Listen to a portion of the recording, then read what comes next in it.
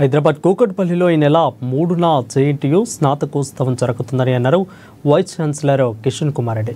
ఇక మధ్యాహ్నం 2 గంటల నుంచి జేఎన్టీ ఆడిటోరియంలో ప్రోగ్రాం ఉంటుందని అన్నారు. కార్యక్రమంలో గవర్నర్ జిష్ణుదేవ్ వర్మ, ఇక all India council of technical education chairman Sitaram పాల్గొంటారని అన్నారు.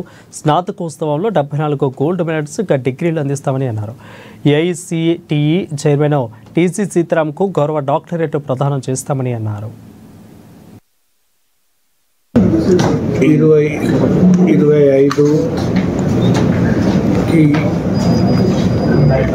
13వ కాన్వకేషన్ జవహర్లాల్ నెహ్రూ టెక్నాలజికల్ యూనివర్సిటీది జరగబోతున్నది. జేఎన్టీయూ ఆడిటోరియంలో honourable governor and chancellor of the university Shri Jishnu Dev Varma గారి ఆధ్వర్యంలో ఈ కాన్వకేషన్ జరుగుతుంది. ప్రొసీడింగ్స్ కూడా ఆయననే చేయిస్తారు.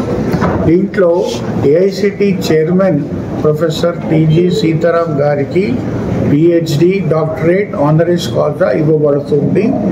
ఆయన చీఫ్ గెస్ట్గా ఆయన మెసేజ్ కూడా ఇస్తారు.